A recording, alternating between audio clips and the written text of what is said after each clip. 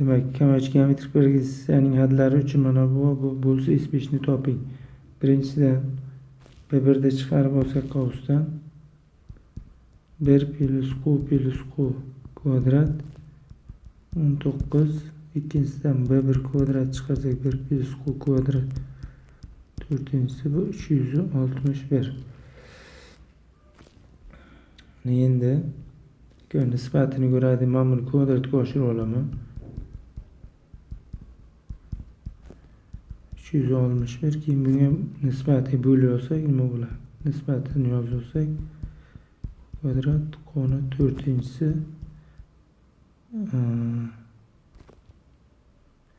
bu 133. 133 ga teng bo'lyapti. Bu yerdan b kvadratlar qisqarib ketadidan keyin 1 plus qoni kvadrati plus qoni to'rtinchisi mahrajda yozib olishimiz mumkin. 1 plus qoni q plus q kvadrati minus 2 q 1 plus q kvadrat bo'ladi. Demak, mana buni teskariga yozib oladigan bo'lsak, mana bu mahraj suratga yozib olsak, bu o'rniga qo'ysak 1 plus q kvadrati minus 2 q 1 plus q kvadrat. Endi bu suratdan har biriga alohida bo'lib olaman.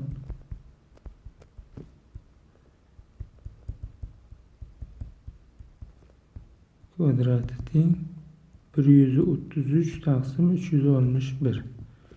Bu bilan bu qisqarib nima bo'ladi? 1 minus 2q 1 plus q kvadrat 1 plus q kvadratning kvadrat 33 taqsim 361.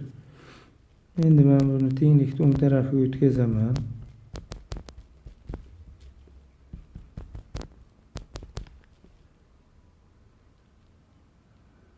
O'ng tarafiga o'tkazadigan bo'lsak kvadratning kvadrati. Bu bilan buni bittasi qisqaradidagi nima qoladi? 361 dan 133 ni ayiramiz. Mahraj berib 361. Nima qoladi? 2q taqsim 1 plus q kvadrat. 13 dan 3 ayirsak 8, 5 dan 3 ayirsak 2, 128, 361.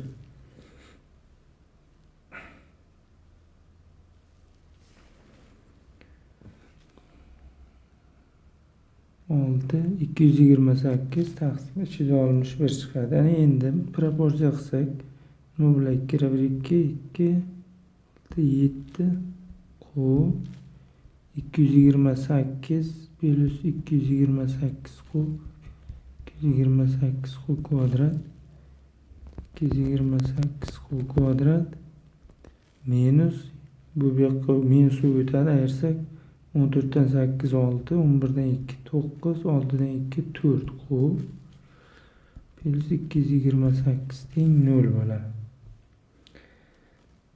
Buni ham 2 ga qisqartirib bersak 114 q kvadrat minus 247 q plus 114 teng 0. Kvadrat tenglamani yechadigan bo'lsak diskriminant 247 ni kvadrati minus 4 114 yana 114 bo'ladi. Bundan diskriminant bo'ladi. Bu 61900 bo'ladi kvadrati minus bu 51984 bo'ladi. Bu ham bo'ladi 9025. Buni ildiz 95 chiqadi. Demak, qoni birinchi, ikkinchi qiymat 247 plus minus 95 taqsim 2. Qo'ting bittasi minus chiqadi, minusini olmaymiz. Qo'ting necha bo'ladi? 20. Xo'p. Ko'paytirib 114 ham bor. Hisoblasa 2 taqsim 3 chiqadi. Demak, qo 2 taqsim 3. S nimaga teng bo'ladi? S S5 B1 1 minus Q'ni 5-si taqsim 1 minus Q. Bu B1'imiz. Demak, bu yerdan topib oladigan bo'lsak, mana bu tenglikdan B1 teng 9 chiqadi. Q'ni o'rniga qo'yib hisoblaganimizda, demak 9 1 minus 2 taqsim 3 dir. 5-si 1 minus 2 taqsim 3. Bu holda S5 teng hisob kitoblardan ko'ra 23,9 dan 4. Keyingi misol. Keyingi misolda nima deyapti? Mana shu qiymatini toping deyapti. Buni yozamiz. Keyingi misolda ko'chirib berilishini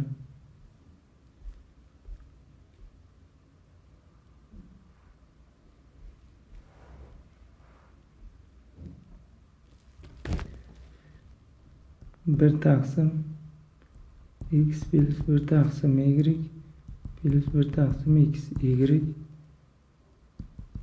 plus y minus 1 taqsim 1 taqsim x kvadrat 1 taqsim y kvadrat 2 taqsim x y minus 1 taqsim x kvadrat y kvadrat. Bundan mahraj bersak, suratga mahraj beradigan bo'lsak, y plus x plus 1 taqsim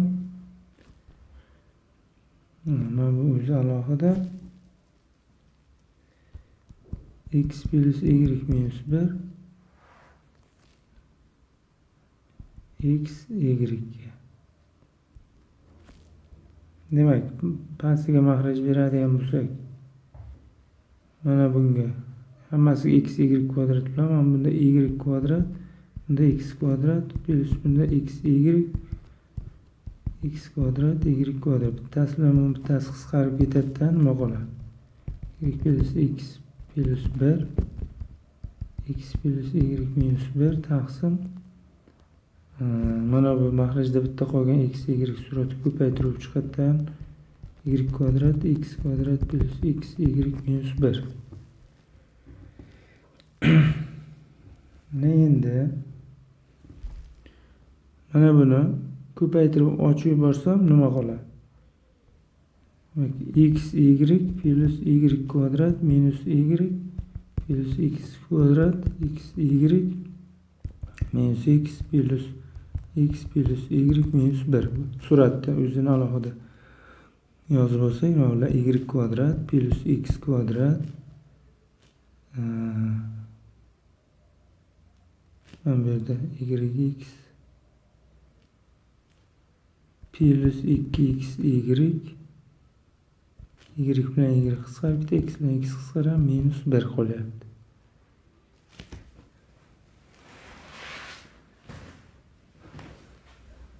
Demak, mahrajda mana bu yerda 2 ham bor, shuning uchun bu yerda ikkisi ham bor ekan. Mahrajda mana bu yerda. Mahrajda nima qoladi? Y kvadrat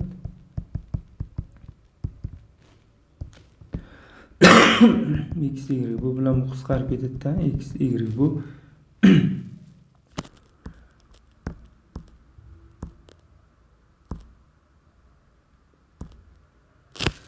javobda B javobda turibdi.